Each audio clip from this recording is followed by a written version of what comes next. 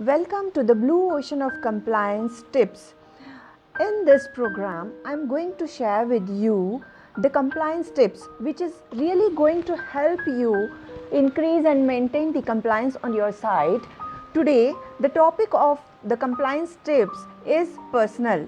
Yes, personal. For any organization, persons are the building blocks of the organization.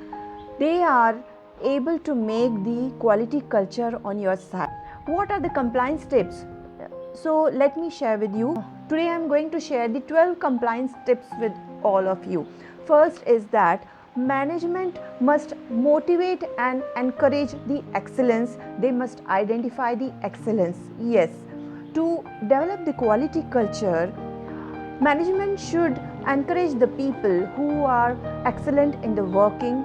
The management should encourage this culture with the training, and they should ensure that there must be the qualified personnel to work on the manufacturing area, and there must be sufficient number of the personnel to work and perform any activity.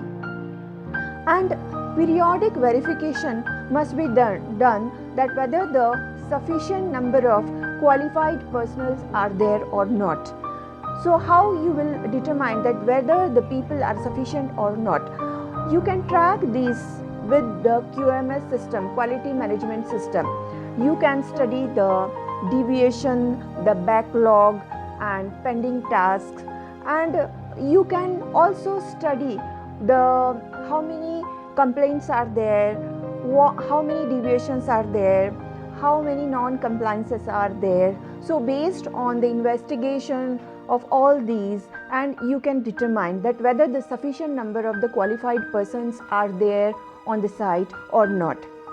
Another thing is that how you will know that whether the people are qualified or not. For performing any CGMP activity, you will also have to ensure that the person must be qualified to perform that activity. Means the person should have the required education qualification, they should have the experience, or they should have the training to perform that activity. As per EPIC guidance, there should be competence matrix which will be able to maintain the sufficient number of the qualified people or personnel on your site, right? And another thing is that every person working in CGMP area should have the written job description, and this job description can be prepared for the groups also and for the individual people also, and this job description must be signed by the person for whom the job description is prepared, and also signed by the manager or his or her supervisor. So these were the things you should take care.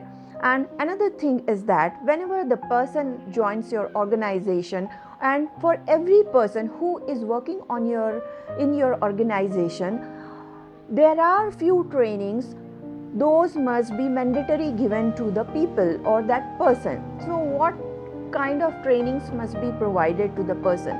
So first thing, whenever any person is going to join your organization, so induction trainings are there.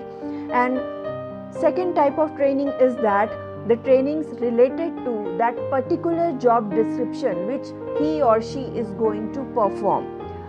Third type is that CGMP awareness training. Another is that CGMP refresher training.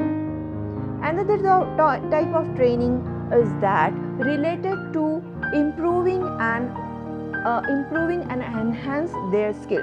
So there are many types of the training, but minimum training, CGMP training, CGMP awareness training, training related to their job and the responsibility which they are going to do, and the periodic update training should be given to the people who are working in your organization.